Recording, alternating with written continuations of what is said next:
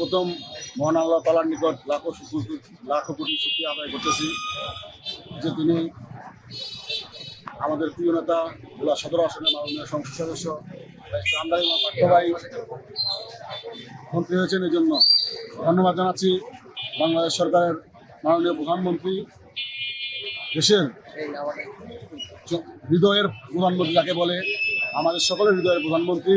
আমরা চাই পার্থর মাধ্যমে বাংলাদেশ সরকার পার্থবার যে মেধা প্রজ্ঞা আছে সেই প্রজ্ঞা কাজে লাগিয়ে বাংলাদেশের পক্ষে কাজ করি এবং পার্থবার মাধ্যমে আমাদের ভোলাতে যেই যতগুলি সমস্যা রয়েছে, বিশেষ করে ভোলা বরিশাল ব্রিজ, ভোলা মেডিকেল কলেজ সহ ভোলার সেই যে শহর রক্ষাবাদ যেটাকে বলে, আমাদের শহর রক্ষাবাদ ভোলার শহর রক্ষাবাদের যে প্রকল্পটা আছে সেই প্রকল্পটা অতি শীঘ্রই আন্দোলন পার্থবাড়ির মাধ্যমে বাস্তবায়িত হবে। ভোলার জন্য আমি মনে করি একটা শুভ দিন, আনন্দময় দিন হিসাবে আমি মনে করি, যেহেতু দীর্ঘদিন পরে আমরা ভোলাতে একজন মন্ত্রী পেয়েছি।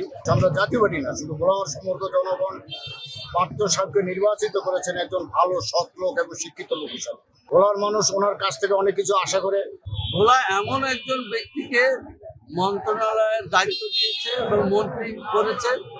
উনি এমন একজন মানুষ, তিনি সৎ, নিষ্ঠাবান, তার ভিতরে কোনো অহংকার নাই, তার ভিতরে কোনো প্রকার দুর্নীতি তিনি সহ্য করেন না, চাঁদাবাজি সহ্য করেন না, বা অপহরণ লুটপাট তিনি সহ্য করেন না। এই জন্য ওনার কাছে আমাদের প্রত্যাশা যতটুকু আছে তার চেয়ে আরো বেশি প্রত্যাশা হলো উনি একজন ভালো মানুষ এবং আমাদের থেকেও উনি ভোলার মানুষের জন্য কি করবে না করবে উনি আগের থেকে প্ল্যান প্রোগ্রাম করে আছেন। ভোলার যারা রয়েছি আমরা সবাই আনন্দিত যে দীর্ঘদিন পরে যে নির্বাচনের পর আমরা একটা আশা ছিলাম যে আমাদের ভোলা সদর উপজেলার মাননীয় দেশের আন্দোলন পার্থ সাহেব মন্ত্রী হবেন।